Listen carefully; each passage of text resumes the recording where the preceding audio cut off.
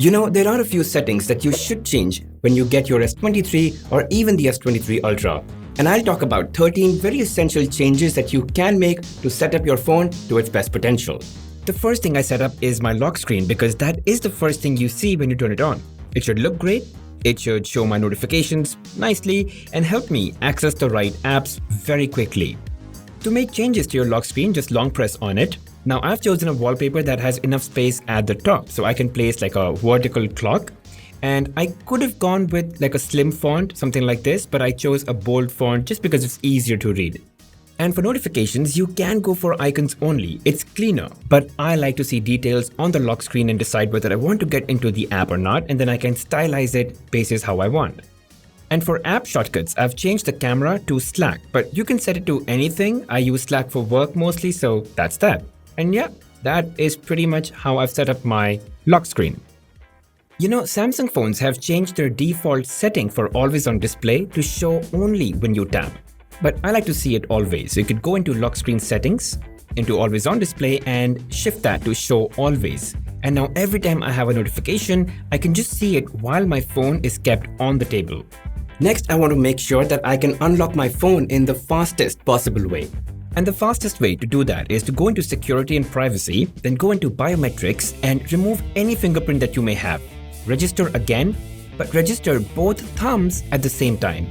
And then repeat the process once more. Just register both your thumbs.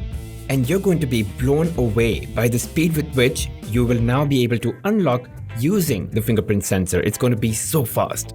Now, once you unlock your phone, you see the home screen. Now, I've placed all my most frequently used apps up front, so it's easy to access. I've got a widget that gives me the date and time and even the sunset time. And a widget that gives me battery levels of all my connected devices. Now, if I go on to the next page, I've got my calendar widget, I've got a Todoist widget, which is basically a list of my to-dos, and the email widget that has all the emails from the email app.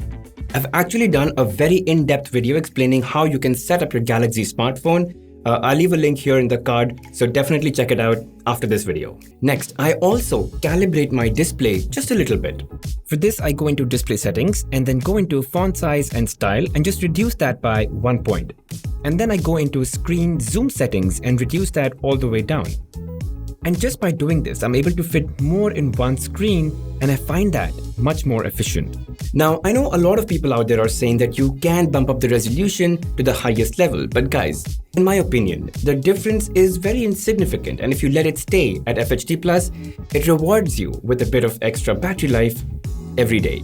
Now, one of the things that's hugely underestimated and people mostly skip doing is setting it up for security. I mean, what if you lose your phone? Or even worse, it gets stolen? So first, prepare it for theft. For this, go into security and privacy settings, look for Find My Mobile, and make sure you're signed in with your Samsung account for this to work. Turn on remote unlock and send last location. And if you ever lost your phone, you could go to this website and you could actually find your phone. And you know, on this site, not only can you locate your phone, you can also track its movement. You can remotely wipe it, you can remotely unlock it, and you can even ring your phone to try and see where it is. Really cool. And you should also go into offline finding and turn that on. So if in case your phone does lose battery or it gets turned off, other Galaxy users can help you locate your phone. And second, you should set up smart lock. For example, if I'm at home or I'm in my car, I don't need my phone to remain locked. So for this, just look for smart lock in your settings. Once you go in, you can add a trusted place or a trusted device. So a trusted place could be your own office or your home, for example. And if the phone detects that you're inside your house, it's going to remain unlocked. The same thing holds true for trusted devices. It could be your car's Bluetooth, your own earbuds, or even your watch. And as long as they're connected, it's going to remain unlocked. For example, my watch is connected right now. I'll just add it as a trusted device. And because it's connected, my lock screen is not going to prompt me for any password or biometric. It just unlocks right away. It just removes that unnecessary need for unlocking your phone every time. Next, now you know how sometimes you're in bed about to go to sleep, you take out your phone and you reduce the brightness levels, but it's still not low enough. It's not dim enough and it could still bother people around you. There's a fix to that. And so I've configured a very simple 2-finger gesture that reduces the brightness to even further levels. See, by default, you can dim down the screen all the way to this level, but this might not be enough when you're absolutely in a dark room. And every time you don't want to go to the notification shade, look for extra dim, turn it on, it's just taxing. And so a quick gesture like this can really help you turn on extra dim very quickly. To set this up, go into Search Settings and look for Accessibility Buttons or Gesture. Tap that and in Selected Actions, choose Extra Dim. Then go back and make sure that swipe up with 2 fingers from bottom of screen is turned on. That's it. Speaking of brightness, I find it weird that I have to pull down the notification shade twice to access the brightness bar, which I actually use very often. So to fix that, pull down the notification shade, go into the 3 dots, quick panel layout, and under brightness control, set it to show always. And now, even if you swipe down the notification shade just once, you will see the brightness bar all the time. Now, I hate it when screenshots get piled up in my gallery, especially if I've just taken them to share with someone. So to make that happen, go into your quick setting toggles, look for Take Screenshot. Tap on Take Screenshot label and enable this setting that says delete after sharing from toolbar.